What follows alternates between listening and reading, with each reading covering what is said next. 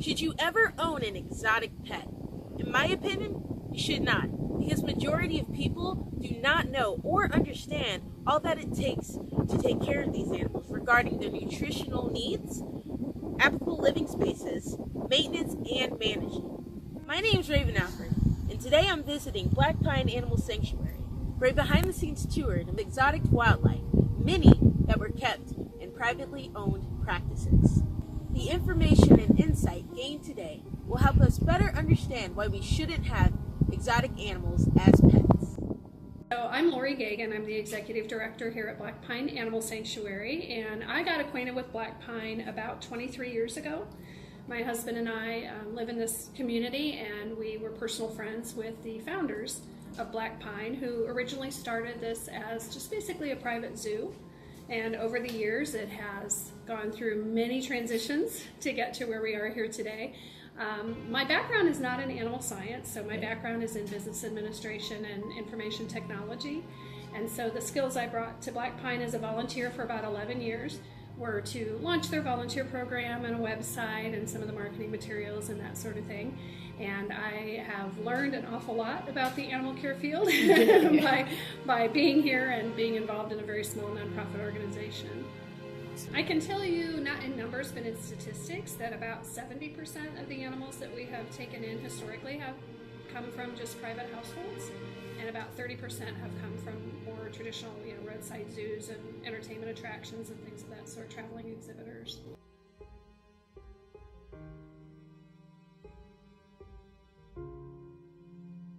If those places are in it to make a profit, the first place that they can cut costs are food and medical care.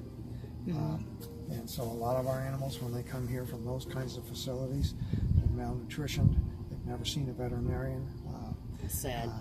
And unfortunately, because they're here for the rest of their lives, we've lost a lot of animals recently. In October, we lost Mufasa, our 22-year-old lion. Oh, man. And just last Sunday, we had a tiger die, and one of Arnold, our pot-bellied pig, died. And just a couple weeks before that, Wilbur, the other pink pot-bellied pig, died. He came from a home in Kendallville up north of here, where the people ran a meth lab out of their house. So when Wilbur got here, he was virtually a drug addict. And we had to detox him and get all the drugs and chemicals out of his system before we could put him in with the general population. So in a college dorm room, the really smart Indiana University students thought it would be cool to have an alligator in their bathtub. But once he outgrew the bathtub, they gave him back to the pet shop where they bought him. And by Indiana law, a pet shop can only keep a gator till it's 5 feet long. So now Gus is over 10 feet long, and he'll easily grow to be 13 to 18 feet long if he lives his normal lifespan. Right now, you can see he's outgrowing his indoor pool. So we got a fundraising project going on now to try to raise money so we can build him a new habitat.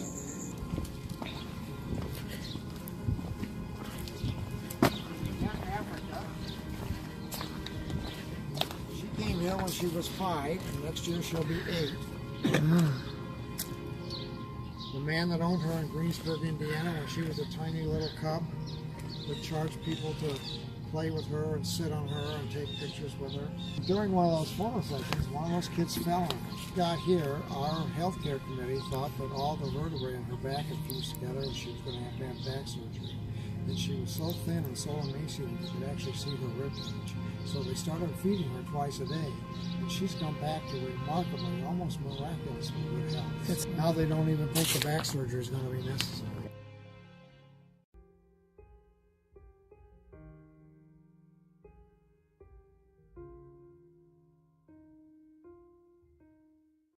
Marble foxes.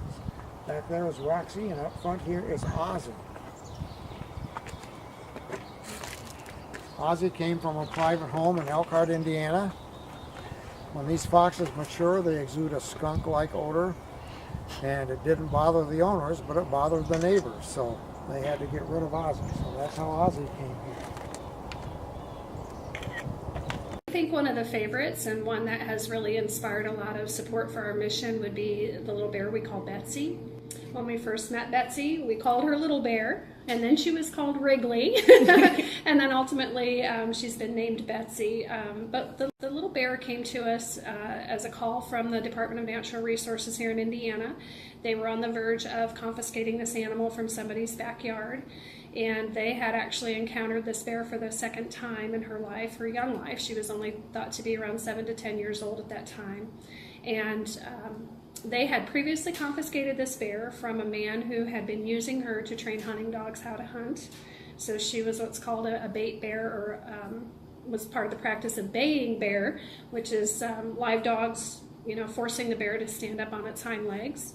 And the purpose for that is to go out trophy hunting and taking hunting dogs with you, and these dogs are trained to get the bears to stand up so that the shooter can get a clean chest shot to the heart. Obviously, this is animal cruelty at its worst, and the gentleman was arrested and probably fined for that. The bear was confiscated and sent to this second home. And at the time we were contacted about her being in the second home, it was because her owner at that facility had basically abandoned her and 2 other bears in his backyard, and they'd been locked in a cage for as many as 2 or 3 months without really any direct service. So by the time we met Betsy, she was partially blind. One of her eyes was damaged. Over the time she's been here, she has lost her eyesight completely, all due to the damage that those dogs did many years ago. I'm sorry, China is an African brown spotted leopard. Chewy up there is an Asia black spotted leopard. A lot of people think that Chewy is a panther. That's what I thought. But there's actually no such species as a panther. If you got close enough to Chewy, or the sun's shining on him right, you can see his black spots on his black fur. These 2 guys were smuggled into this country from Sri Lanka when they were just 2 or 3 weeks old. And they were taken to a facility in Missouri, probably with the intent of captive raising them and eventually selling them to somebody like Michael Jackson or Bon Jovi for a couple of $100,000 apiece. The stories that you previously heard are unfortunately pretty common. It's not hard for an individual to get their hands on a lion cub or an alligator, matter of fact. And yes, they're so cute and little, but those cute small animals grow up to be big, dangerous predators, and the proper care for such animals can be costly, whether that be in money form or by injury or worse, death. Traditionally, if it's not a dog, a cat, a fish, or a horse, it's considered exotic. And nowadays, it's very common to see people having hedgehogs, tarantulas, chameleons, and even African gray parrots. But there are some extreme cases of exotic pets. These extreme cases I am referring to are when people are owning cougars, tigers, chimpanzees, venomous snakes, grizzly bears, and even lions. And in one documented case, a hippopotamus, which is among the most dangerous animals in the world for their aggression and, like all wildlife, unpredictability. The problem we have in Indiana is that our state law exempts somebody who holds a federal license. And that's an issue because we don't have anywhere near enough federal inspectors to hold people accountable, and we have far more state conservation officers that could hold people accountable and are much more privy to daily happenings at places where these animals are being kept. So I think we have some work to do in Indiana, but I'm proud of what we do have because it's better than nothing for sure. There has been another tragedy at a so-called backyard menagerie where people keep exotic pets. A black bear was put to sleep over the weekend in Ohio because it killed one of its caretakers. CBS News correspondent Ben Tracy is here with the latest. Good morning, Ben. Good morning, Harry. This really is a bizarre story of a backyard filled with lions, tigers, bears, and wolves. Now the owner of this personal zoo is dealing with the death of one of his employees. It's hard to imagine why anyone would do this, but letting people wrestle his bears is how Sam Mazzola once made a living. And 9 bears were just part of his exotic backyard zoo. Come here, come here, come here. He also had 12 wolves, 4 tigers, and a lion. Last Thursday, one of the animals attacked. Man, I need somebody here right now, man. Is the person breathing? Barely. Come on, guys, I need help. That person was 24-year-old Brent Kandra, who worked for Mazzola. He was mauled to death while trying to feed one of the bears. He had already put the food in the cage and was playing with the bear when the accident happened. It was just a panic.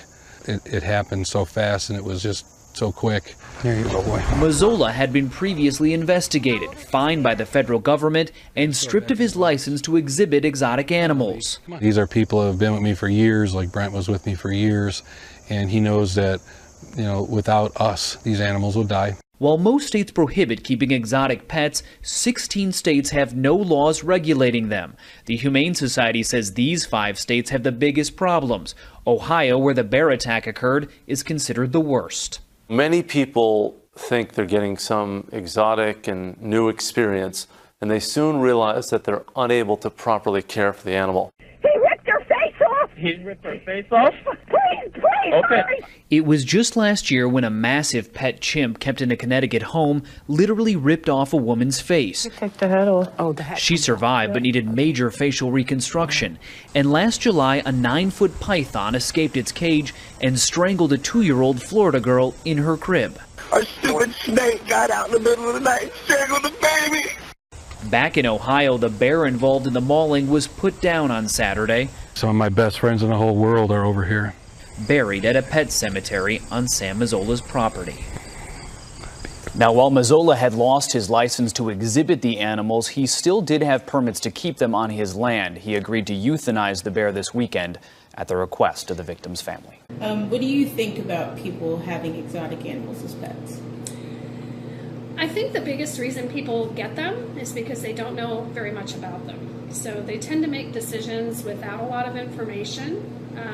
There are certainly some people out there who see profitability and dollar signs from the get-go, and those are the worst of the worst that we've encountered over the years. But I think far more people just don't know any better. And, you know, sometimes people say they do their research, but they're talking to the people who are going to profit off of those animals. They're not talking to people about the actual care and living with those animals and trying to make those animals have a high quality of life. So generally ignorance is the biggest thing that comes in my mind when somebody asks about people owning exotic animals.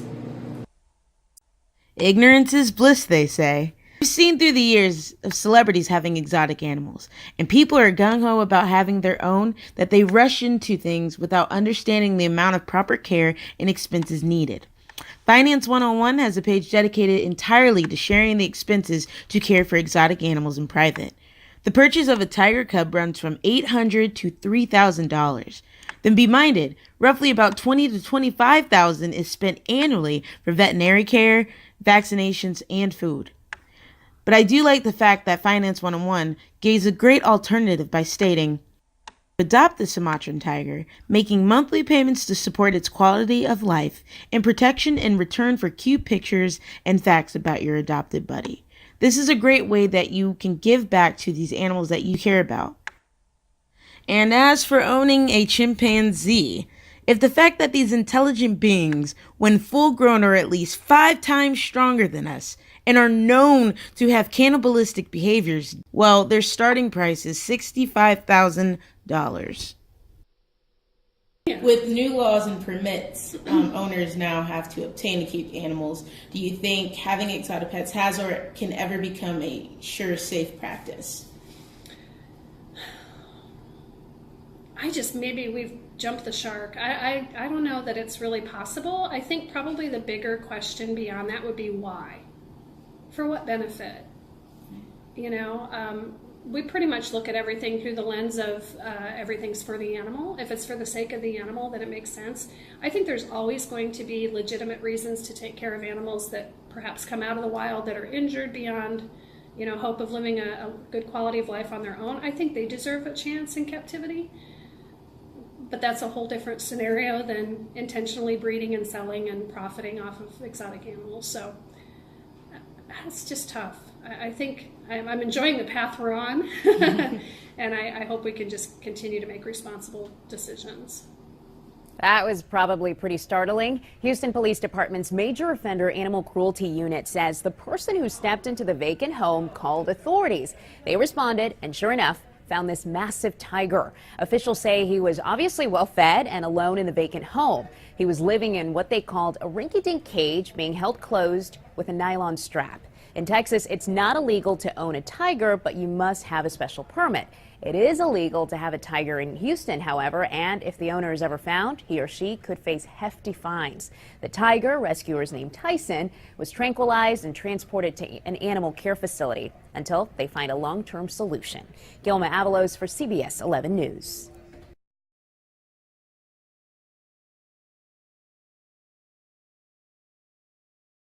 This is Pookie. Ooh, chocolate. Pookie's a Siberian tiger. She came from Texas. If you remember, 7 or 8 years ago, there were some devastating floods in Texas. And Pookie's owner had her in his basement, and when he had to abandon his house because of the flood, he just also abandoned her and left her in the floodplain. And if we had not rescued her when we did, she probably would have drowned in that flooding. So How did you guys find out about like when we're people part of leave an their international houses? federation. Okay. We do not seek any animals out. We wait for somebody to contact us. You know, in fact, we turn down about 100 animals a year.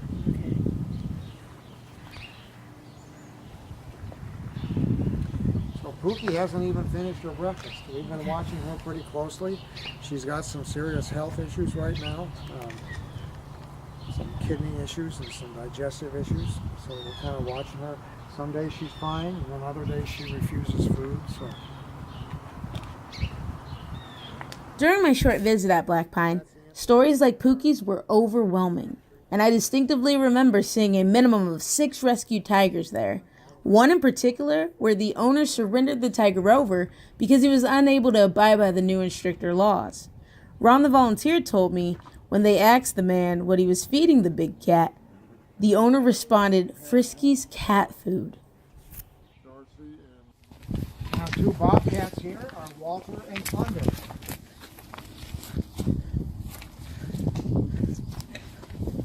Of course, a lot of people ask, well, why in the heck don't you just release these guys back into the wild? They're native to all of North America.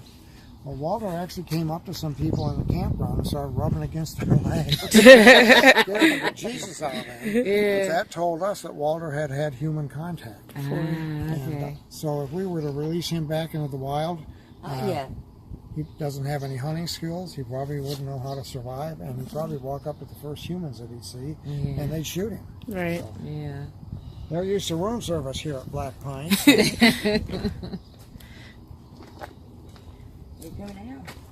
Beautiful. Thunder is the bigger of the 2.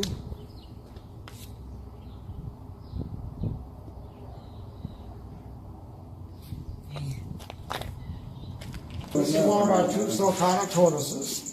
This is Coco. And over here is Puff. Now they're only about middle-aged. They were both purchased in pet shops when they were about this big. You can buy them for about $60.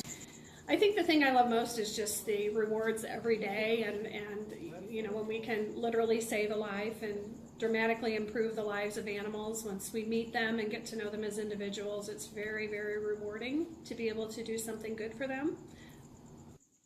We put a lot of thought behind what we say are our beliefs, and they're published on our website, and we know a lot of people really admire Black Pine for putting the animals first. So I would just encourage people that if that's really what they say about their choices, to practice it and to really think about every decision from that lens, because you know, we've met people who say they absolutely love these animals and they're the world to them, and yet they're living in squalor, they're living in a 10 by 10 box, they don't have clean potable water. So I think actions speak way louder than words. So I would just encourage people to act responsibly. At the end of the day, this is why I'm thankful for places like Black Pine exist. Black Pine Animal Sanctuary provides these rescued and rehomed animals with a forever home for the rest of their lives. Tim Harrison, the director of Outreach for Animals, once said, "It is not their fault that they are here, but it is our fault if we do nothing to help." Until next time.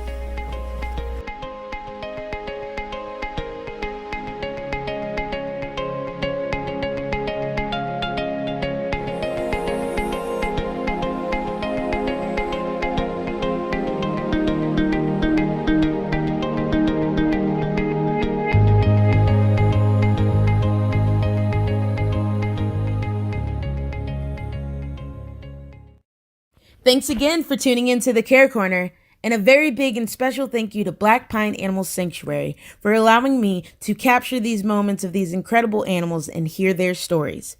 If you out there would like to help out Black Pine, click the link below, and it'll take you right to their page so you can read all about their mission and how you can get involved. I also encourage everyone to go out and see Black Pine for themselves and hear the hundreds of other stories I was unable to capture. Don't you go anywhere. Part 2 is coming right up. We are meeting with the Director of Outreach for Animals and the star of the award-winning documentary, The Elephant in the Living Room, Tim Harrison. Tim will be sitting down with me, sharing his experiences, his mission, and insight on the effects of owning exotic pets.